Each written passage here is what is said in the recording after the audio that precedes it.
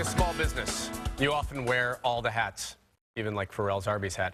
HR director, marketing manager, accountant, and much more, right? Well, while it's often a constant juggling, business coach and entrepreneur Clay Clark has action to steps to help this work. So tell me these 5 things, these questions that you have to make it actually work. Well, when you sit down and you meet with an entrepreneur, usually they express that they feel stuck.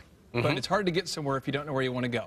True. So we ask every entrepreneur to define success in 5 areas: spirit, mind, body, relationships, and finances. Those 5. Okay. Because if you make a lot of money and you die early because you're in bad health, that doesn't help you. If you make a lot of money and you don't have any friends, that won't help you either. If you don't make any money but you have a lot of friends, that's tough. And so we want to define balance in all those areas: spirit, mind, body, relationships, and finances. Where do you find people focus too much? I think as a general rule, I obsess too much on money. So for me, I keep score in terms of money. So if I sell a lot of things, I feel good about myself.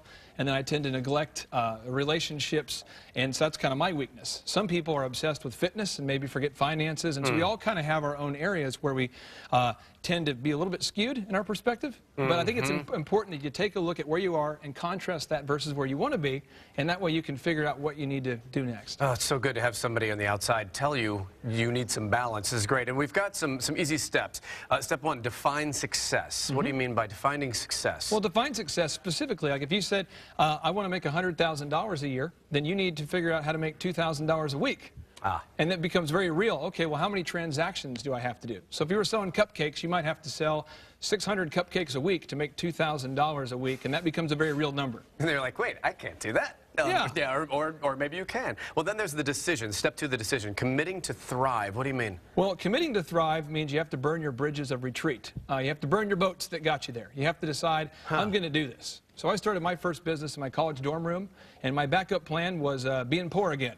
And so what you have to do is you have to decide at some point to make that jump. And whether it's Henry Ford or Walt Disney or Steve Jobs or Bill Gates, they all started somewhere, but they all jumped in with both feet at some point. That's scary, though. It is scary, but worst case scenario, you can live with your mother in the basement. That was always my plan. And so worst case scenario, it's not that bad. You can find a buddy, you can sleep on his couch or something. And you'll start over. Now, the next one, step 3 is take the time to plot the course. Figure out where you want to go. This is a big one, right? I interview with a lot of successful people all the time. I got a chance to interview the guy who ran Walt Disney World.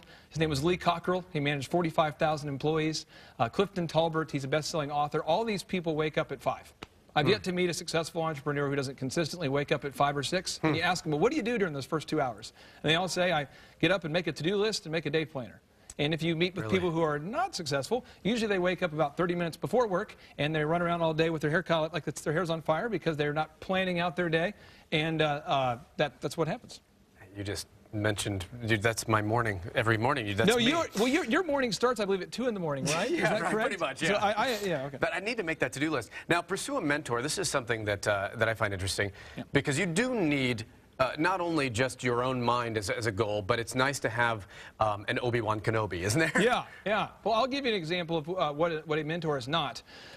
If you were going to go look for fitness tips, you do not want to talk to me. You want to talk to Coach JC. Right. I am not in shape. I am just A shape. And so it's important that you don't ask me for fitness tips. It's important if you're looking for style tips. Don't ask me. Go ask the elephant in the room guys.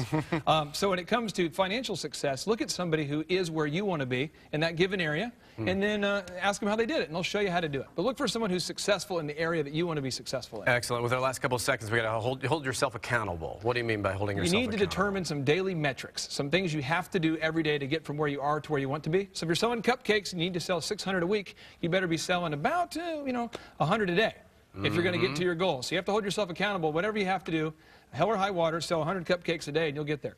Man, you're good at this. You make me want to be so successful. I'm going to make a to-do list right now. For more career advice, just visit our website. We've got more about Clay at greatdaygreencountry.com.